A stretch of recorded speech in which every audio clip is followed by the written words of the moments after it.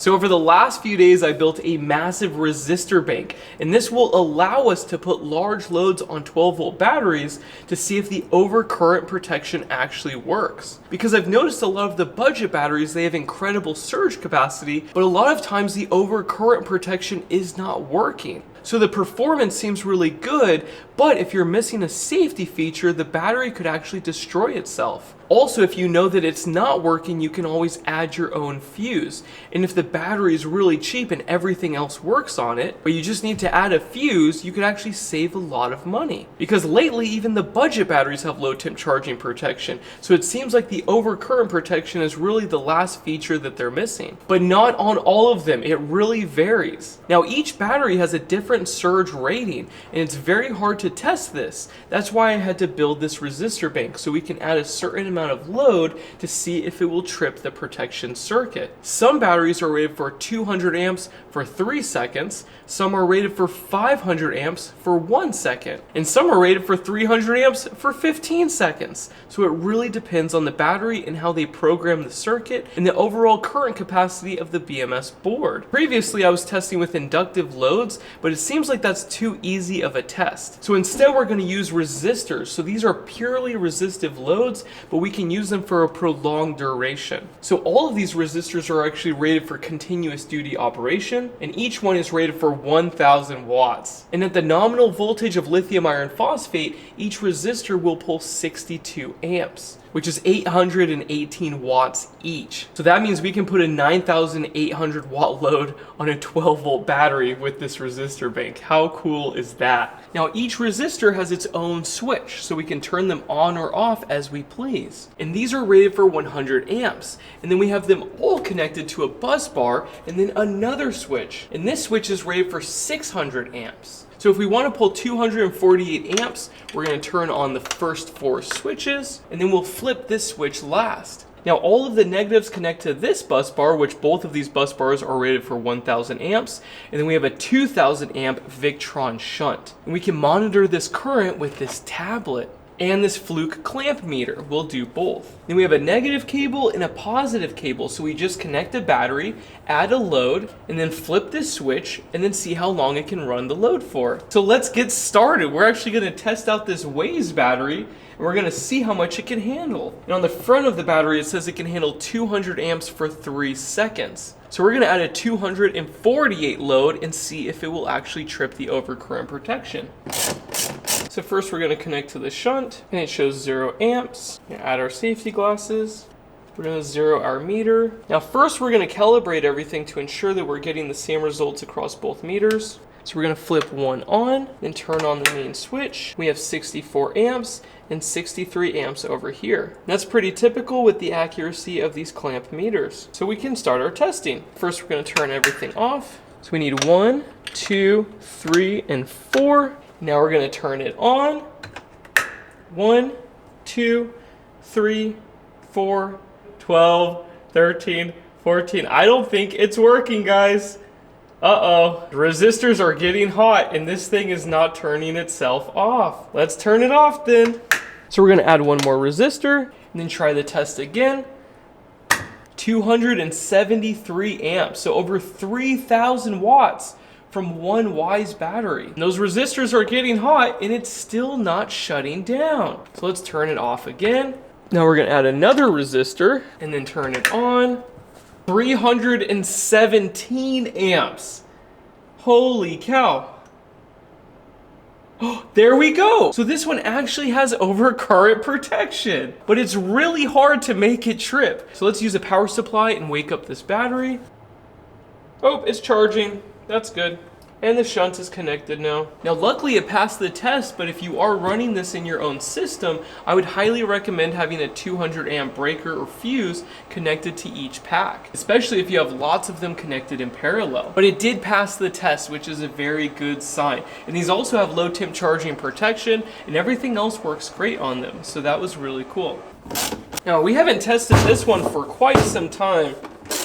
And this one only says 100 amps. So let's add 120 amps and see if it will trip. 2 resistors, and then the main switch. Oh wow, it instantly tripped. That is fantastic. That's how it's supposed to work. Let's turn it off. Oh, there we go, now it's on. Now for the next test, we're gonna add a smaller load of only 60 amps and then bump it up to 120 amps and watch it disconnect. Because with 120 amps, it just shut off instantly, and I did not see if there was any current that could flow. So now we only have one resistor connected, and now let's turn it on. And we have 60 amps. And now we're gonna add one more resistor, and look at that, instant disconnect.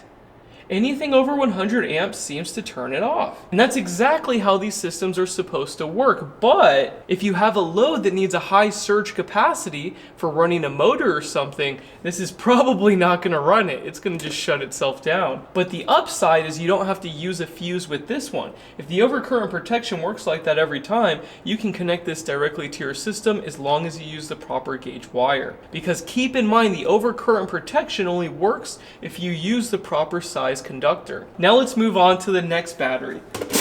Now for the next battery, this is a Litime trolling motor battery, and it can handle 300 amps for 5 seconds or 500 amps for 1 second. And this one worked really well in my previous testing, so this should be pretty exciting. There's quite a few models of Litimes where the overcurrent protection does not work that well, so let's see what happens. So first let's add a 300 amp load. Now let's turn it on. 276 amps, 5, 6, 7. Look at that, it actually worked. And it's charging. Now time for a 500 amp. Let's see if it can do it. And I've never done 500 amps on this tester, so I'm a little nervous. 458. And it turned itself off. That was about 2 or 3 seconds. That was pretty good. But I can't get the current to 500 amps. I might need another resistor. Let's turn on all the resistors and see if we can get it up to 500 amps. I think it's these conductors right here pushing 500 amps through these little things. It's pretty difficult. Yeah, it's pretty warm. Uh-oh, that's probably the constraint right there. All right, but let's go for 500 amps. We have all the resistors on, and let's turn it on. 500 amps, we hit it. Nice. And that was for about 2 seconds solid, and it shut down perfectly, so it passed the test. So the Litime battery passed. It actually did really well. By the way, this has a different feature than the other Litime batteries, that when it has an overcurrent protection, it has a time delay and then it turns itself back on, because it doesn't want you getting stuck if you're using it as a trolling motor battery. So it actually wakes itself up, and it's actually designed for surge capacity. I actually started up my car lift with just one of these batteries alone. I actually didn't think this one was going to pass. Now for the next battery, this one has an incredible surge, but when I was testing it, we couldn't trip the overcurrent protection. And this one's called the Siekon. It's their 100 amp hour battery. Now this one is rated for 500 amps, so we're going to turn on all the resistors and see what happens. So here we go, let's turn it on.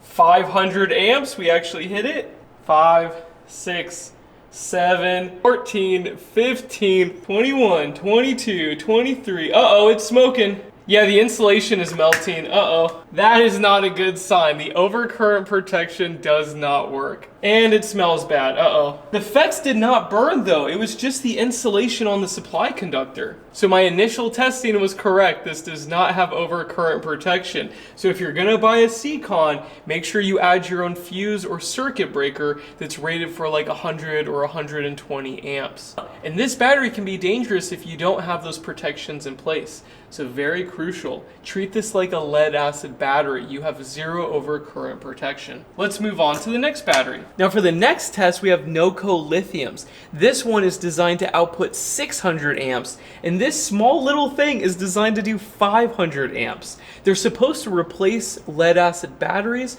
for starting small internal combustion engines, like in motorcycles. And they're super small and super lightweight, so this one is only 4 amp hours, and this one is 7 amp hours. And to imagine that they can pull that much current is very hard to believe. So we'll have another video where I tear these apart and see what's inside, but for this video, let's see if they can even output that much current. I don't know how we're gonna fit these cables on here to get 500 amps out of this. I can't believe I've never been told about these. These are so small. Bless you, thank you. So not easy, but they all fit. And if we want to push 500 amps, we need them all on there. Now let's try for fun all the resistors at the same time for the first test. And let's flip the switch.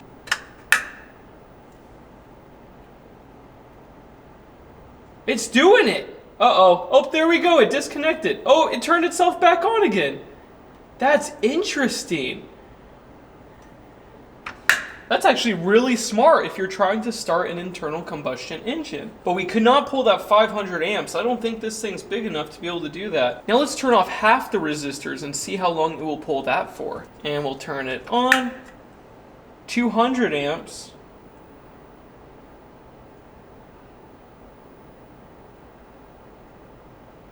And it's running it. Wow. This battery is so small. Is it going to turn off? I can't believe a battery this small can last this long.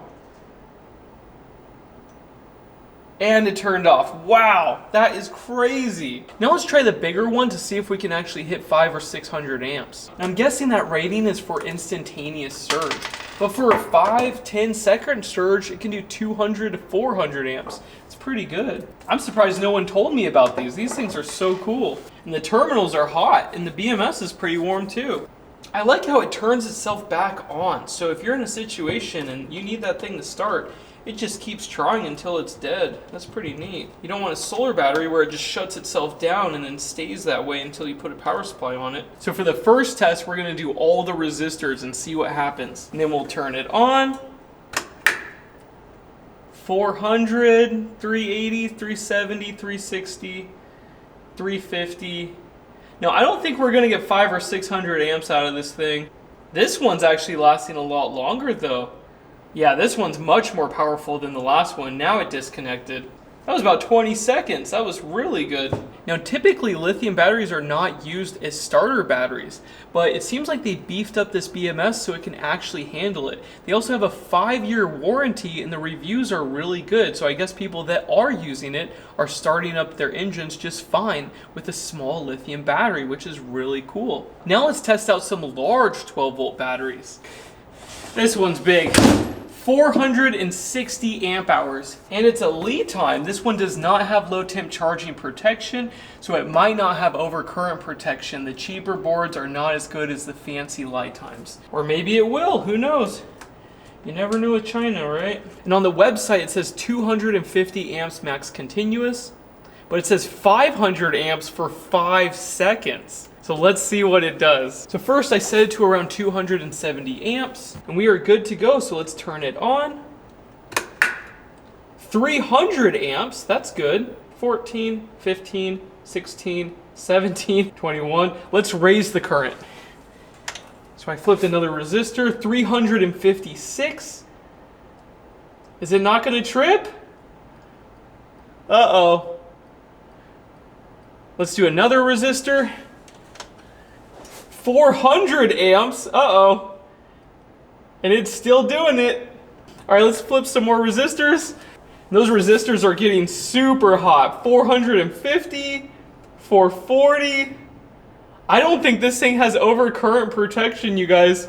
Let's flip them all on. And I can feel the heat from over here. 400 and 500 amps. 500 amps. And it is still not stopping. All right, I'm gonna turn this thing off. This thing's gonna melt. And the BMS is not that hot. The heat sink is doing its job. Whew, but the supply conductors are super hot. Yeah, you never wanna push a battery to that limit. But there is no overcurrent protection at all. So if you use one of these batteries, you need to add a breaker or a fuse. It will probably run any inductive load that you throw at it, but yeah, you need to protect this thing. But this is considered a budget Litime, so a lot of these do not have overcurrent protection. The more expensive ones do, and they work every time, but not these ones. Now these things are pretty cheap, but you get what you pay for. Now this is probably my favorite 12 volt battery. It's the Epoch. And this one can output 500 amps for 30 seconds. So we're gonna connect all the resistors and see what happens. Now this has a built-in T-class fuse. So the BMS should trip like right at 30 seconds. If not, and it disconnects, that's the internal fuse that's blowing. So let's hook it up and see what happens. Now this one has passed all of my other tests, so if it doesn't pass this one, it's gonna be very disappointing. Now we have all the resistors connected, so let's turn it on. 590 amps. 2, 3, 4, 5, 6, 7, 8, 34, 35, 36, 37. Oh, we got to disconnect. 37 seconds, and it actually worked. Now let's see if it will turn itself back on. So we're gonna disconnect the load. Now it's charging. So it actually works, it actually disconnects. You know, for the money, this is only a little bit more than the Litime, and I have a whole video comparing the two, but you should always go with the Epoch if you can. The manufacturer of this also makes golf cart batteries, so they can handle inductive loads in high heat for multiple years without any issue. And just for the heck of it, let's do a full load test all over again, because it's probably nice and warm. Let's see if it disconnects at like 20 seconds instead this time. Flip it on. 582, 3, 4, 5, 6, 7, 38, 39. Oh wow, it lasted longer that time. So 39 seconds. Now something to remember is you need to use the proper size conductor if you want this protection feature to work. If you connect a 12 gauge wire between these two terminals, it's gonna go up in smoke. So if you have smaller loads or you're using smaller wires, you might wanna add a circuit breaker or fuse anyways, because this thing can output a lot of current and it's hard to trip it. 30 seconds is a long time with almost 600 amp output. But it actually works, and that was incredible. How cool is that? Now I have more batteries that we're gonna test soon, but I've tested all the batteries for this video, and I hope you guys found it to be really useful information. And if you're using a battery without overcurrent protection, please add a fuse or circuit breaker. Very crucial. Anyways, thank you so much for watching, and I will see you in the next video. Bye.